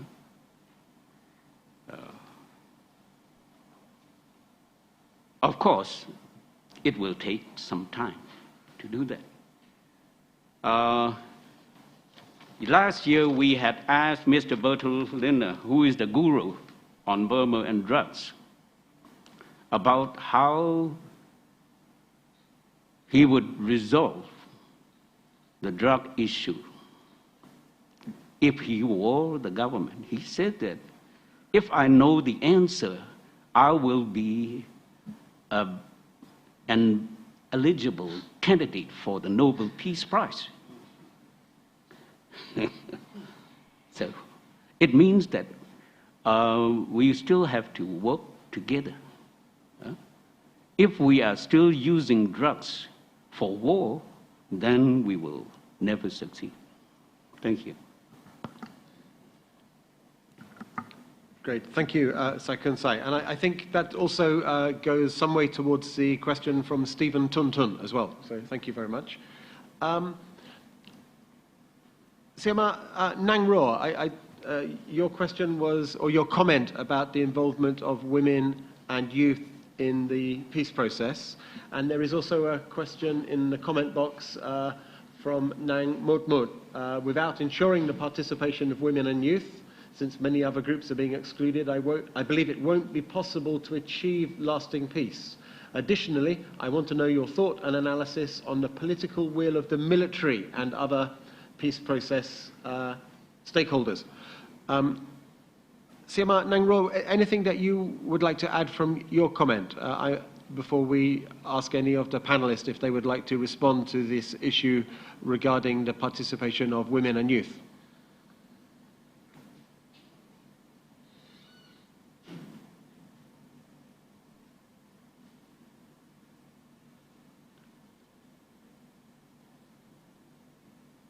Okay, Siama Nangro microphone is not working, so we already had her comment the importance of the participation of women and youth. Mikun Chinon, can I put you on the spot and ask if you can make any response to this question about what is the will, the political will of the military and other stakeholders? I think that would be the government and ethnic armed organizations for including women and youth participation in the peace process. I think I don't want to add more, but Nomeu and many others already explained on that. But add to that, as we already have like NCA and Framework for Political Dialogue, that already there is a principle in there. But the problem that Nomeu already expressed is difficult to get women and youth. And the youth, of course, they are very young and they didn't have experience. And when it's come to the peace process, many people will talk about the fighting. That is the neglecting other issues that related. So I think I already mentioned in my previous sharing about the sector by sector, like collaboration between the different sectors and the different departments, the different organizations is still need to strengthen in the future peace process so that the peace process can be sustained. But like, yeah, that is the problem, you know, like what we call the mandate that they have and the position that women and youth held in each organization is different. So yeah, I don't want to add any other different than my friends. Thank you. Thank you, Mikun Chinon. Are there any questions or comments about land and livelihood issues? I think one of the really striking findings of the report is that many of the respondents talked about the improved livelihood situation after ceasefires, which is really important to recognize, but also the concerns and worry about future land grabbing, particularly in the context of development projects, for example. So that was one of the very clear findings of the research. So I would welcome any comments or questions on the subject of land. And sir, you have a contribution. Thank you. Hello. Okay. My name is Moses. I'm a second-year student doing my BA Social Science. So please accept my apology if my question turned to be naive.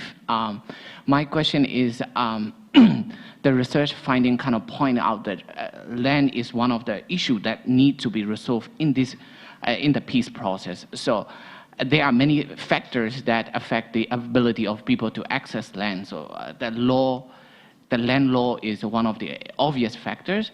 The other factor that I think that affect the ability of people to access is the use of landmines. So that landmine is used by both like all the armed groups in Myanmar. So is the use of landmine being discussed in the peace process to address the issue of access to land? Thank you. Great. No, I think that's a great question, really important question about landmines as a protection concern and particularly in relation to land. So thank you.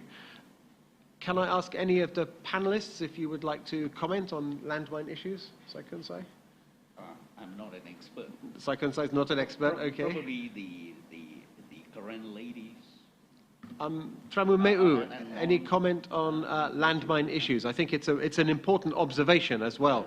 But Tramumeu, do you have anything that you can say on the subject? Actually, not at the moment. I think the issue is big enough. I will be happy to look into that and share another time. I would like to offer a small. I'm not an expert either, but I do remember walking in a few different times, really, in the last few years, visiting Karen ceasefire areas in southeast Myanmar. And often villagers would make it really clear that they know where the landmines are. And more than one occasion, I've been told, please keep the landmines. We need to maintain the landmines in the fields because it is the landmines that protects us from the Tatmadaw. So, of course, this is a very sensitive issue, and I must be really careful not to be advocating for use of landmines because, of course, that's a major protection concern, and many people have been killed and injured over the years. But I think for villages in conflict-affected areas, often the use of landmines planted by ethnic armed organizations, but also landmines that are put in the ground by villagers, it's done in order to protect their land from the incursion of the Myanmar Tatmadaw and also sometimes from private companies. So it's a sensitive and tricky issue.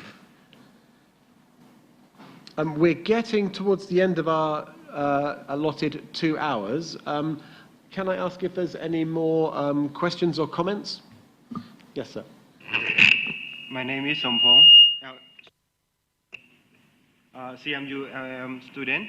I would like to add that in the coming elections, if NLD could not form government, will the leader choose to build trust with ethnic actors to maintain trust and confidence, or will she choose to build trust and confidence with Tatmadaw so that we can amend the constitution?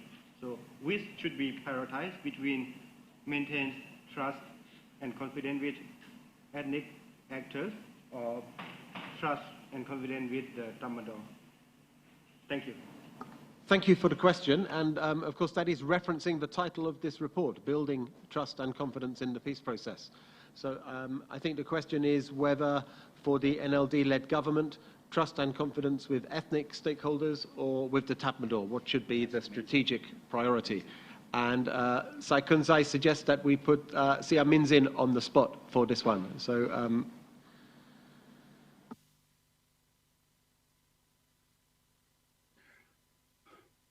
I think this is a very important question. Interestingly, like NLD, led by Daw Aung San Suu Kyi,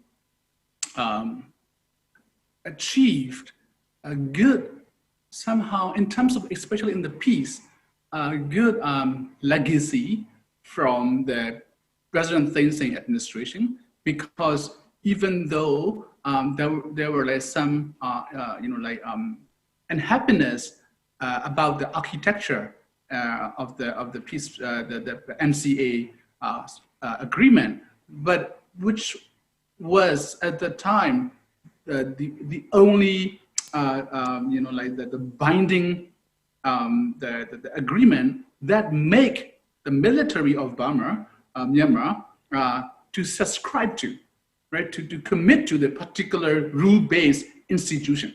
So that's a very, very important. So from 2015, she had a great opportunity because the ethnic minorities like EAOs show goodwill toward Daw Aung San Suu Kyi. Even some ethnic armed groups seem to hold their desire to sign the NCA contract because they believe Aung San Suu Kyi democracy government could bring more opportunity and more incentive to them. So that was a good moment of goodwill on the one hand with regard to ethnic minorities, armed groups, but on the other hand, somehow unprecedentedly important institutional mechanism that bind the military, that make the military to commit the rule-based process. So this is quite good opportunity. And then of course, international community is willing to support in terms of technical expertise and then the financial the support. So that was the great opportunity moment. So I think along the process, I think the state councillor, the lady, seemed to fail building trust with the military in a way, in the political science language. She failed to make a like civil-military relation, even like toward a good direction. At the same time, many ethnic people feel like disillusion when you look at not only the relationship with the ethnic armed group, but also with the ethnic political parties and civil society, how they are being marginalized and even in some cases repressed by the civilian government. So that creates more and more resentment among the ethnic minorities. So like somehow I think in past 4 or 5 years, we seem to squander goodwill and trust. So now with 2020 election, even though NLD win, I don't think they will win landslide as the way that they won in 2015. So they will win with the weaker legitimacy, especially in the ethnic regions. So to me, that would be a very difficult challenge for the new government until and unless they reimagine the whole peace process. They try to make all these silo process into interconnected. COVID-19, democratization, Rohingya issue, peace process. You really need to find complementary convergent point. Otherwise, it will be very, very difficult for the peace process. You can still call it peace process. It will be a process actually without peace. Thank you, Sia Min Zin. And I think we are really coming towards the end of our time. So we're very fortunate that we are joined by Chairman of New Mon State Party, Nai Hong Sa. And I think this is a very appropriate time after our discussion this morning to receive some closing comments from Nai Hong Sa, who of course has, people will know, played a very important and leading role in the peace and political process in Myanmar for many years, and particularly, of course, since 2012. So thank you, Nai Hong Sa. I believe Nai Hong Sa probably will speak in Burmese, so some people, including myself, may wish to switch to the translation facility. Thank you. Dangun Nai Hong Sa.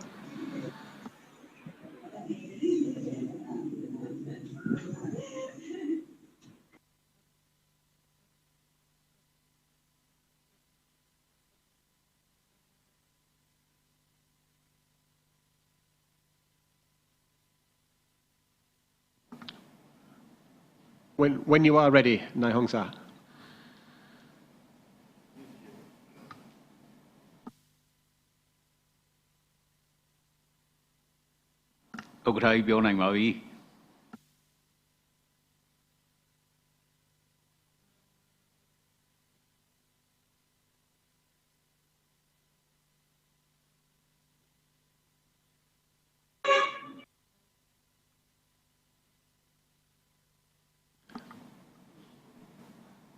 Nai Hong Sa, we can't hear you.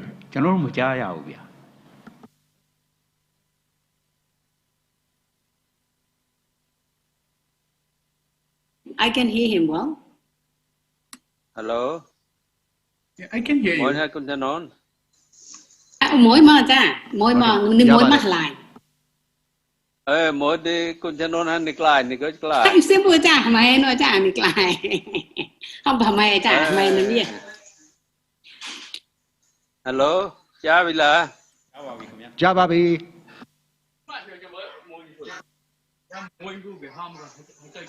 Mà chắc ta đấy.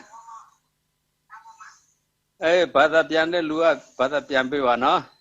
Cho nó bị đồng du cổ nó, tay ta bóng dùng đi mi bia tay ta bóng dùng để giúp bóng tay bữa quyền đấy. Nó bị đó trong bộ ta đấy nè, bên lâu xa chốc nè, cho nó chốc xuống bị đó mà thì bị đồng du cổ thì sau làဖြစ်đấy. Cái bắt mắt xong bà ta pian bị vào.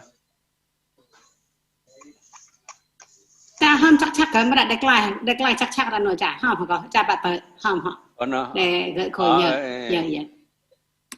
အဲ့ဒါလို့တိဆောက်ခဲ့တဲ့ပြည်တော်စုကိုနော်ဘုချုပ်ဟိုတုန်းကတော့ဘုချုပ်အောင်ဆန်းကနေကမကထပြုပြီးတော့ဥဆောင်ပြီးတော့ပေါ့ဗျာပြည်တော်စုကြီးဖြစ်ပေါ်လာအောင်ဒီဟိုစားကျိုးပန်းခဲ့တယ်ဒါပေမဲ့လွတ်လပ်ရေးမရခင်ကလေးမှာဘုချုပ်ဆန်းလောက်ကြံခံလိုက်ရပြီးတဲ့နောက်မှာဒီပြောထားတယ်လို့တကယ်စစ်မှန်တဲ့ပြည်တော်စုအောင်မပေါ်လာတော့ဘူးဗျာအဲ့တော့မပေါ်လာတော့တိုင်းသားတွေကစန္ဒပြတောင်းဆိုလာတယ်အမျိုးမျိုးတောင်းဆိုလာတယ်အဲ့လိုဆန္ဒပြတောင်းဆိုလာတော့စီရင်နီးနဲ့ပဲအေးယူလာတယ်စီရင်နီးနဲ့ပဲအေးယူလာတာနှစ်ပေါက်မနေတော့ဘူးနော်အဲ့ဒါကိုနောက်ပိုင်းမှာစီရင်နီးနဲ့မဖြေရှင်းနိုင်တော့ဖြေရှင်းခဲ့တဲ့နီးကိုကျွန်တော်နည်းနည်းထောက်ပြချင်ပါတယ် solve the problem with the war they used the other way in 1988 when the General Nevin take the retirement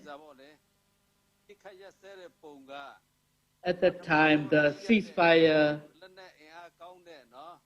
was with the fully armed Wa and Maila and then the Kokan group they were given the full economic opportunity but later other groups are not getting the same opportunity so they withdraw the troops from this area and then give pressure on the other group and give pressure and then they ask the ethnic groups when there's a ceasefire they need to lay down their arms but if the story makes short in 95 we had a ceasefire what we asked for was it is not only enough with a ceasefire we want to talk politically at the time they said we are the military government we come with a military coup we cannot make the decision so you should talk with the civil government which was come with the constitution when in 2008 88 89 when they are preparing for the election they plan for the election the group ceasefire group were pressured they are asked to become the border guard force so many groups become under the military Burmese military so they become the border guard force or the militia those groups who cannot accept like Kachin group Mon group and half of the Shan group so we come together so we form the UNFC when the president thinks the time they ask for the negotiation and dialogue so at the end of 2013 we talked with UNFC the situation was good when end of the 2013 we formed NCCG to join the dialogue so we become the 16 groups so we have talking and then so just before the sign of NCA so to sign so they pressure us again so they told us they cannot accept 6 out of 6 so they cannot accept them to sign the ceasefire so they can only accept 10 groups so we are not happy with that and we think that they are not innocent they didn't say anything they just said that they cannot accept they said they cannot accept 6 just before the signing of NCA there are 2 type of things They are the WNON, NAHU, LTU, ဖွဲ့ကတော့အင်အားငယ်တဲ့အဖွဲ့တွေ ANC. သူတို့နဲ့တိုက်ပွဲလည်းမဖြစ်ဘူးချက် These three groups are, ပြောလာတယ် they don't have နောက် AA ရယ် much TNLA ရယ် strength, နောက် and ကို there က is အဖွဲ့ရယ် no need to sign သုံးဖွဲ့ကတော့ဒါ AA, TNLA, and the COCAN. For these three groups, they are the form later, so they cannot accept them to join the NCA. They should lay down their arms. 16 groups. So UNFC cannot accept to sign the NCA. The two of the UNFC groups join. In the dialogue, what we like to raise the issue is in November 2013, there was a representative from the army. In the past, government representative, we have a good discussion. At the end of the 2013, in November, in China, the representative of the army, they said after ceasefire, you cannot make the new recruit. You cannot tax the people, so they make the rules. So we, as a representative, we cannot decide on this issue. We have to stop and we need to talk with our leaders. Then we met with a government representative, including U Aung Min. So new recruit, if we don't have if the government army make new recruit and we cannot do, it is not clear.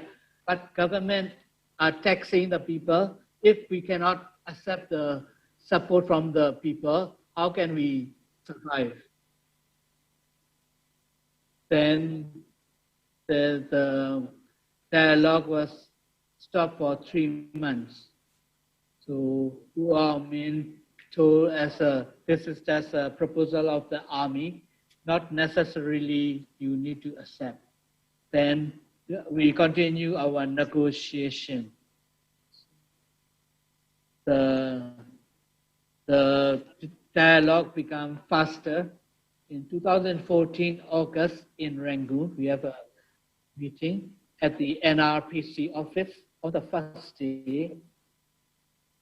We discussed to establish the federal union with self-autonomy and self-determination. So we agree on that point. So we made the press conference on that evening. So at the same night, the army commander-in-chief sent the instruction to delete the terms of federal. Then also the self-determination. It should be like the self-determination according to law. So we discussed next day. So we discussed unofficially. So we cannot accept that.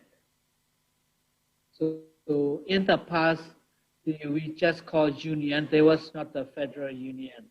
That's why we would like to use the terminology federal. The president already accepted. Then for the self-determination, the self-determination according to law, what does it mean? It means a 2008 constitution. If like this, we cannot accept it. Then the dialogue stopped for about 5 months, and then the fighting reoccurred, and then they shoot the heavy weaponry shelling in KIO. Okay. At the end, So the main blockage is from army. So when we joined the 21st century conference, so the army said 2000 constitution is the federal constitution. So they just keep the constitution. The second point, in the second meeting of the peace conference, so they asked for the promise that there will be no cessation of the states. So they asked for the promise. So the third meeting cannot make any decision. On the security issue, they just want to go to DDR. But in NCA, we talk about SSR DDR. So in the international SSR, how we will form the army in the Federal Union. So we cannot solve the problem yet. So we have to pass on the secession issue, but still military stand on the DDR. So we still have the blockage.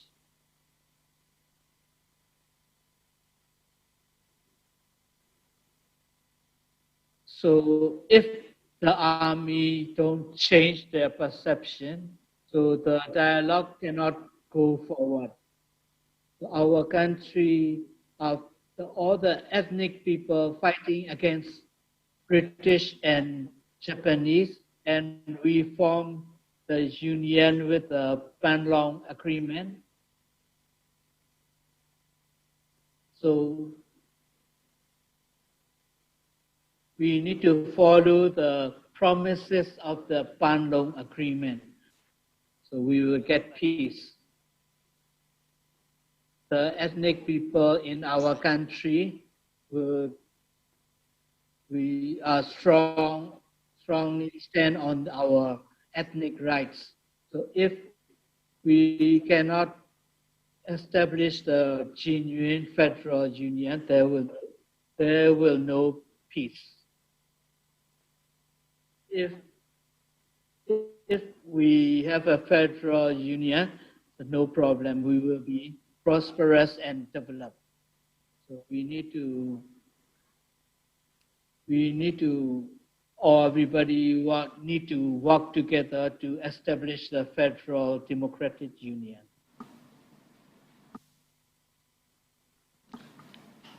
Thank you, Nai Hong Sad. That is really, I will ask if we can conclude now, because we are already 15 minutes over time, but we really appreciate your comments to give us the historical and political perspective. So Dangun, thank you very much, sir. And I want to say thank you to everyone for joining us today. I'm sorry that I know there are many people who have made comments and questions that we didn't have a chance to respond to, but we are well over time already. And so I'm going to just mention that there is an evaluation form that is available on the comments, the chat function, so please complete the evaluation form. And of course, Zoom is wonderful for many things, but those of us who are here in Chiang Mai will please stay after the session, because we will have some food together, some lunch. I'm afraid that friends on Zoom cannot join us yet for lunch on Zoom. And so I'm going to finish again by saying thank you to everyone. Thank you to Chiang Mai University, of course, for hosting the event. And I will briefly hand over again to Joseph to make some closing remarks. Thanks, Ashley, and thanks everybody, and particularly the panelists. Really appreciate your insightful comments and knowledge. I wouldn't take too much time. I just want to thank everybody for a conducive and frank, stimulating dialogues on critical issues. I think that we hope this inspire further discussion and action addressing on key issues to the Myanmar peace process. particularly the issues that the community care about it. And we see a slight disconnect between the issues that community cares and the formal peace process. I hope all of our efforts will make the Myanmar peace process more inclusive, broaden the ownership, and ultimately make it more sustainable. And as I said, this series of dialogue, this is not first and the last. This is one that more towards on ethnic armed groups, organization, representatives, and those who are based in Chiang Mai as part of the consultations and sharing the knowledge on the one side. So we will be having a number of national level dialogues with all the parties so we could share the community concerns. Again, thank you so much, and apology for any difficulties that you have with the technologies, but enjoy your lunch. Again, I want to thank Ashley and wonderful panel, and most importantly, Chiang Mai University. Take care and good luck.